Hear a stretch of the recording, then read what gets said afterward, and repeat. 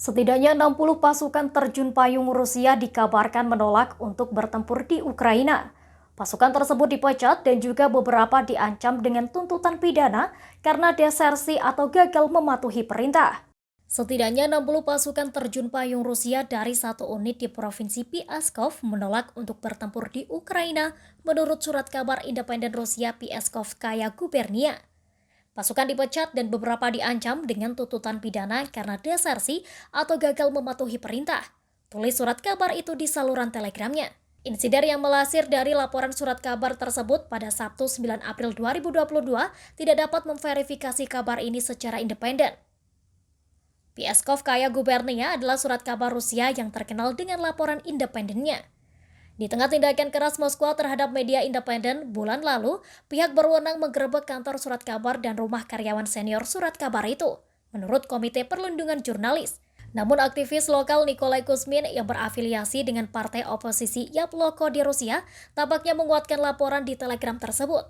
Kuzmin mengatakan dia berbicara dengan seorang pengemudi yang mengangkut beberapa pasokan terjun payung dari Belarus kembali ke Pskov, sebuah pangkalan penting bagi pasukan lintas udara Rusia.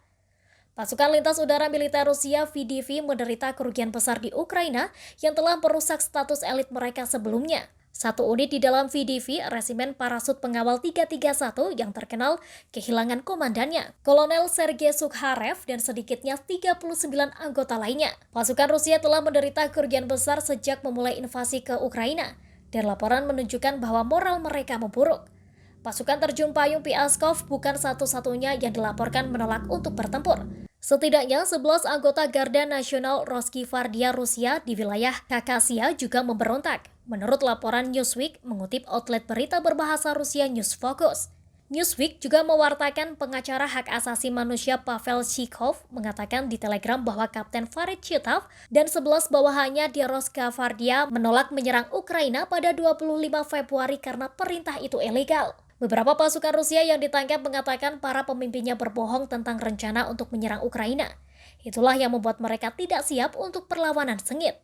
Terlepas dari banyak keuntungan militer Rusia gagal mencapai kemenangan cepat yang diharapkan di Ukraina.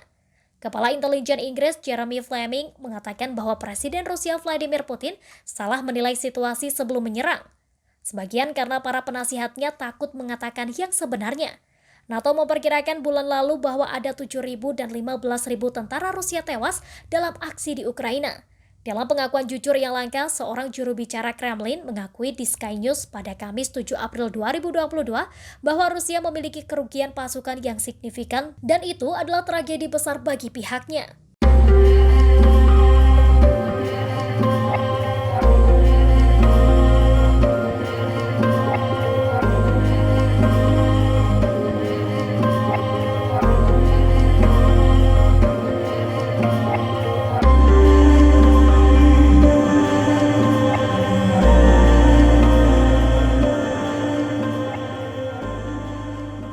Demikian informasi dari Tribun Jateng Update. Saksikan terus Tribun Jateng Update hanya di channel YouTube Tribun Jateng.